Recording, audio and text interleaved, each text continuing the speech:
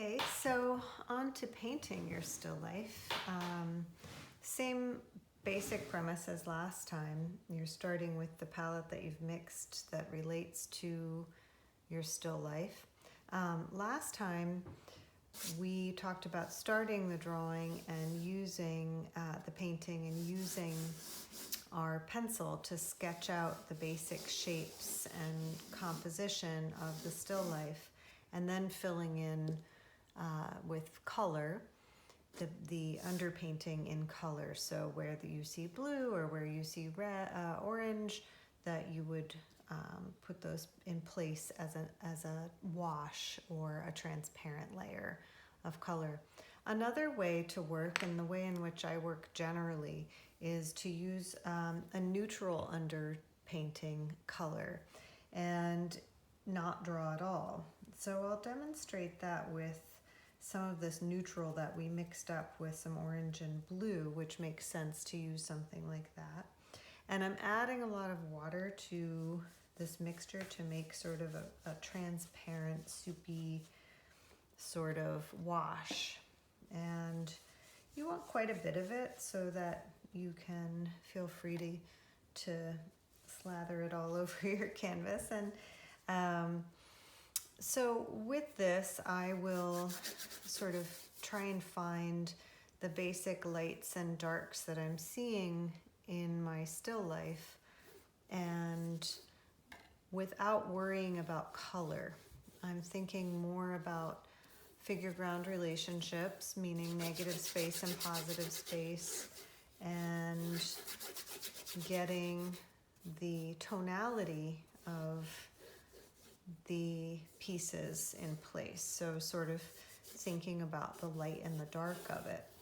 And so in a lot of ways, for those of you, any of you who have ever done an ink wash, it's very similar to that. You're using a lot of water and you're working really generally with the water and with the wash. I'm kind of pushing it around the page. And I know you will very likely be working on an easel so that you're not, again, when you work flat on a table like I am, you're definitely at risk for distortions because things will seem to be in the right proportion when they're tilted this way, and when you see them perpendicular to yourself, you're gonna get a surprise.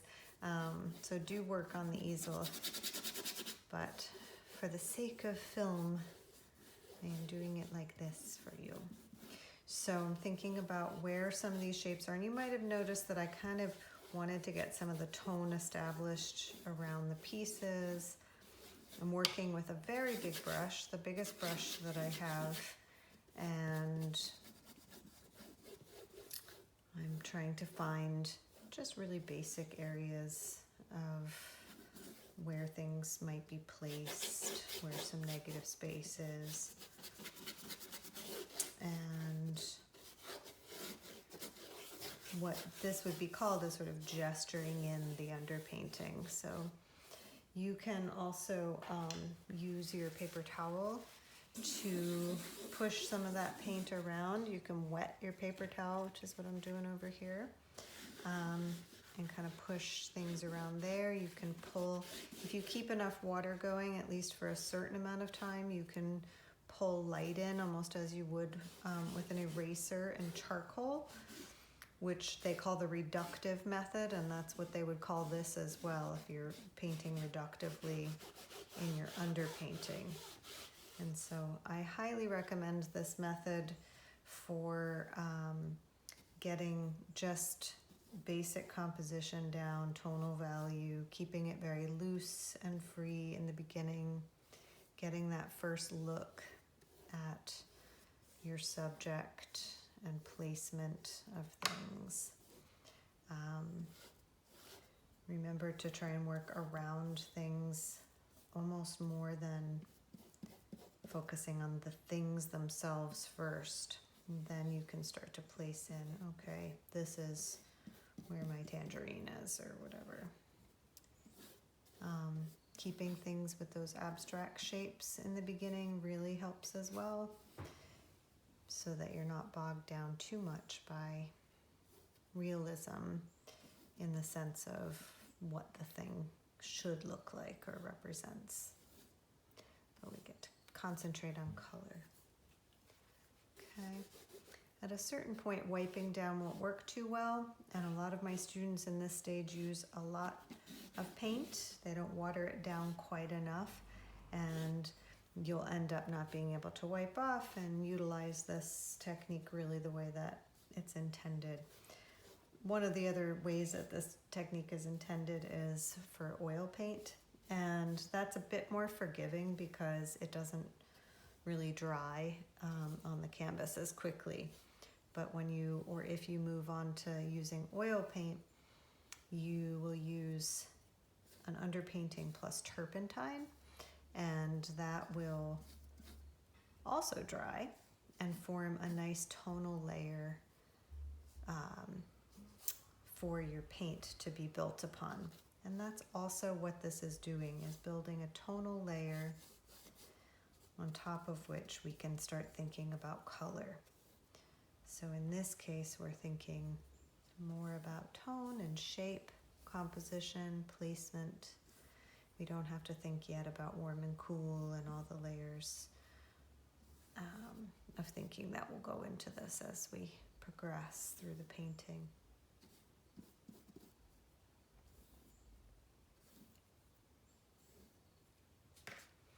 And you can get as detailed as you want in an underpainting. I recommend not getting too detailed, especially since this is in essence a color exercise, and many of the shapes do not have to be exact and perfect for the purpose of understanding the color. I do want you to think about the whole painting at one time, and that is really an excellent thing to do when you're working with or way to do it. When you're working tonally, you're sort of forced to look at the whole composition. What's the darkest thing? And what are the lightest things in the composition? And just getting those established in basic shape and proportion is all you need to do. But you can get quite detailed if you want to, and that's perfectly fine if you've got the time and you want to get it all worked out in value first. You go for it. So this is that blue behind the objects, and I'm thinking about that blue and its value, and how it's darker and gets a little lighter as it gradates over toward the light source.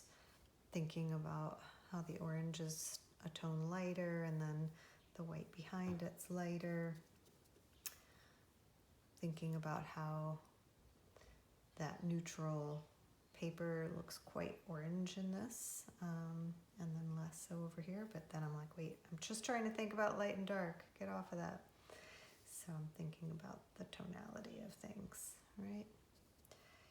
You might notice with a big brush too that you're able to get big shapes and also to understand the planar structure of things a little bit better. So we talked a little bit about the way that you move a brush, indicating the way that it moves on the surface of things, and indicates the sculptural quality of an object. So again, thinking about the way you move your brush rather than just up and down or sideways to get a tone is important, even in these beginning stages. All right. And we'll continue to talk about that concept. This is a still life that will have a bit more volume that you're dealing with than the last one. Hopefully you've got some objects that have a bit more of a sculptural quality to them, and so you'll be dealing with that planar structure a bit more intensely.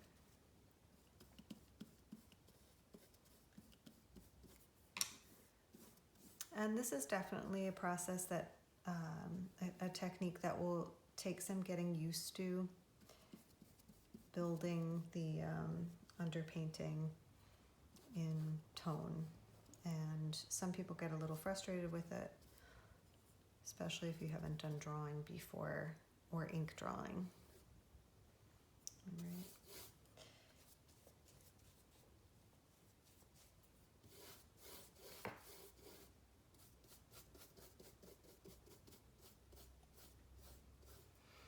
And I'm running out a little bit of this neutral, but I know it comes from this neutral and this neutral mixed together, so I'm just gonna put those together. And I might be able to build just a little bit more of the dark areas that I see.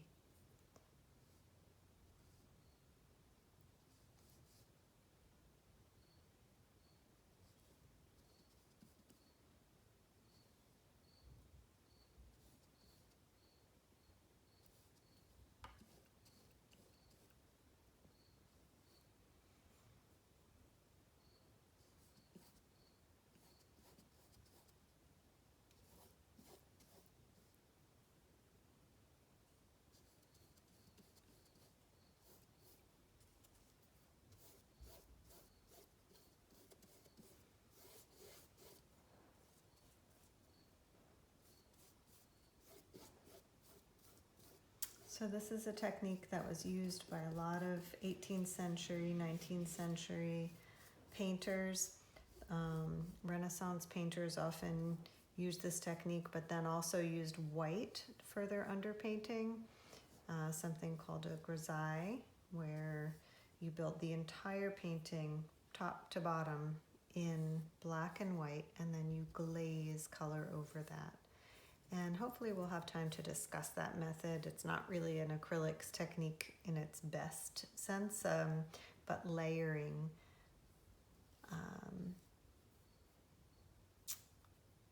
is definitely something that acrylics can do, layering transparent paint and opaque paint. It's absolutely something it can do.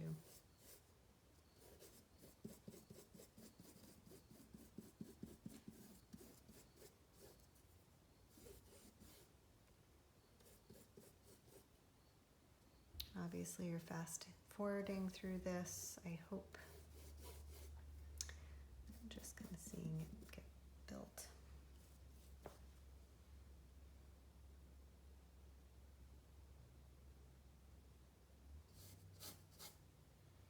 And what I'm painting might not look like exactly what you're looking at, but I hope you get the point. Be sure to be looking at the picture that I attach. One day I'll figure out how to embed the picture into the video, which I'm sure is very easy, but I don't know how to do it. So there's some areas that have very little tone on there, and so I might want to just kind of even tone those areas out and maybe pull some back up in there, tone them back down. It's pretty forgiving. But I do know that there's nothing that's pure white in this still life, and I would like to make sure that I'm not tricking myself into thinking that there is. So I'm pulling that out. And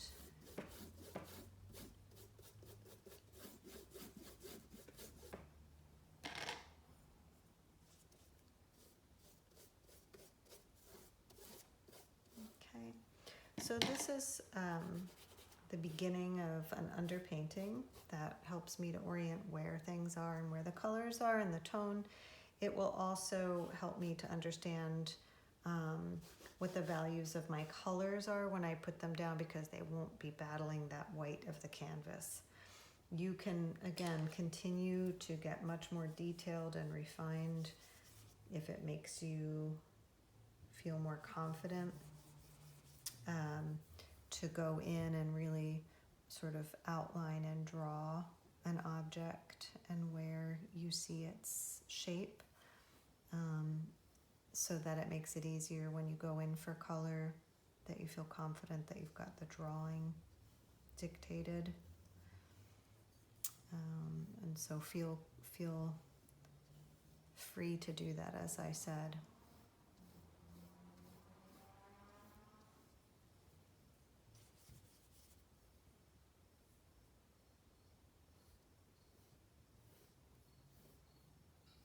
And using your round brush.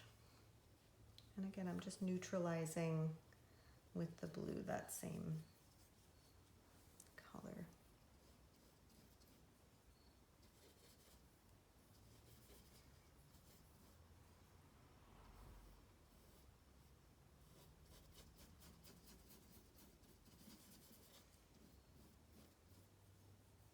It's a little more blue. It's not too worried about it being varied, but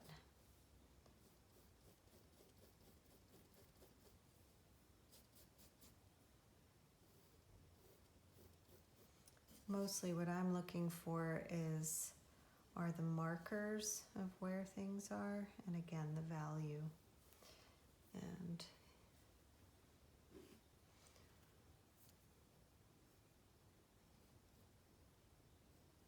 seeing where things intersect.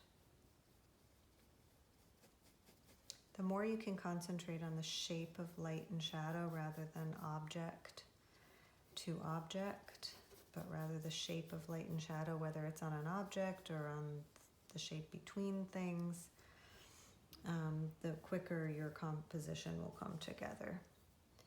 It is like a puzzle, but if you think too much about what the objects are, you'll get caught up and often not get things right in the end anyway.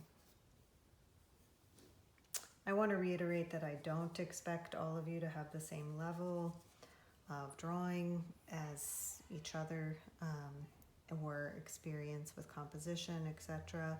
But I'm showing what I expect of the most experienced of you. So please keep that in mind, that I recognize that, and that I expect for you to absorb as much as you can, and also to make these still lives work for you, so that you're thinking about what will help you to learn and to succeed in understanding color and paint application, value, composition, to the level where you are. Okay.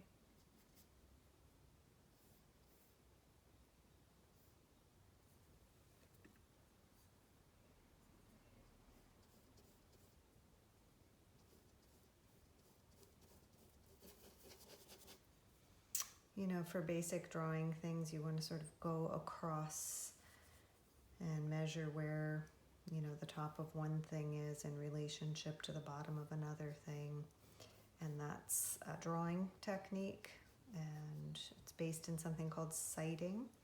If you are a beginner drawer, or you already drew a lot but you still feel like you suffer from not understanding proportion, let me know, and I'll try and send you some links to some understanding proportion through sighting. And that's, again, a practice of drawing is just that. It's a practice, and it's something that you learn through doing, but also through intentional study. So certainly you can be doing those at the same time. Painting, learning about color, and learning about drawing. In fact, some of you are in my class doing just that. If you already paint a certain way because somebody trained you in your high school, that's wonderful. And if that's working for you, great.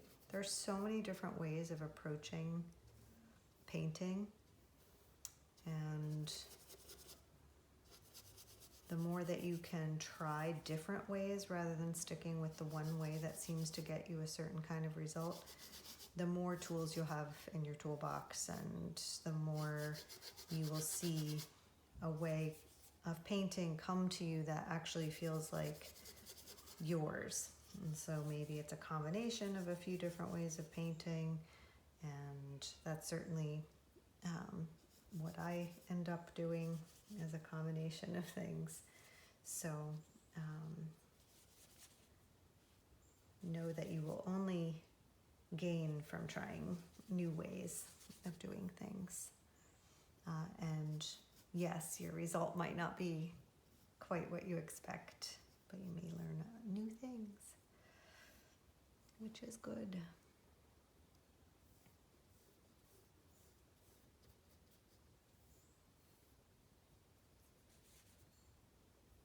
So you're starting to see how the underpainting can get more detailed, but not necessarily detailed in a way that is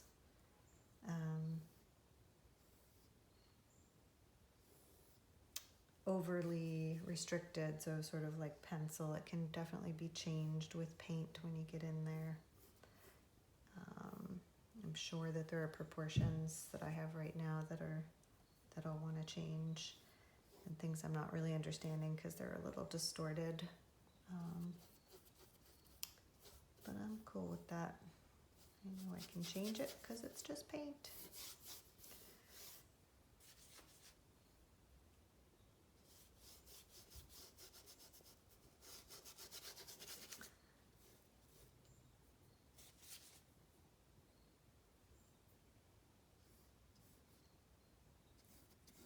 Yeah, there's definitely some things that are getting elongated. That's okay.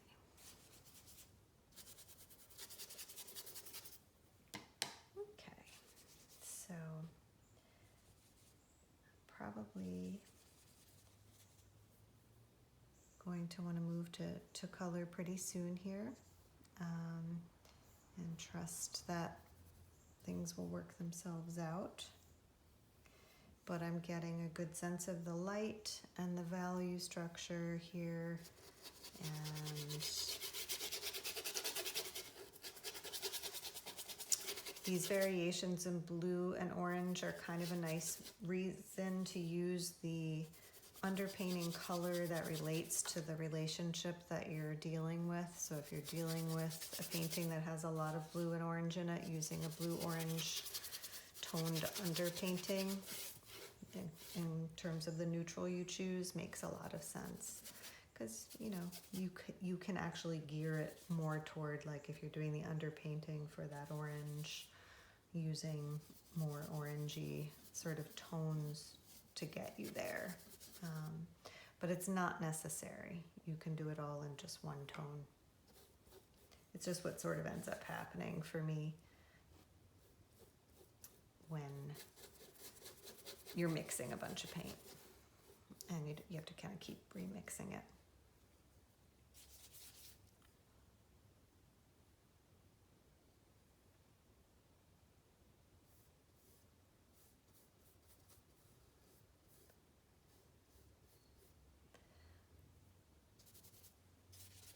And you might notice that I move around the page a lot and don't get stuck on one area. At least I try not to, especially in the beginning. I do eventually get stuck. It's a problem for all of us in one area. But the goal of the painter is to move all around the page so that you're really seeing the whole thing all at once to the best of your ability. The more you can do that, the more you will avoid what a lot of not great paintings have, which is a sense of piece by piece by piece, and not what they call a gestalt, or a sense of the whole reading at one time. And that's what you want. You want to be able to look at the image and feel it all at once, and then have your eye move around piece to piece to piece in areas of interest.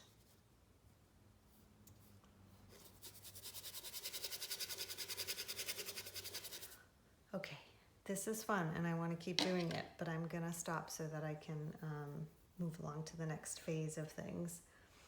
And I will stop the video and take a little break, and we'll come back.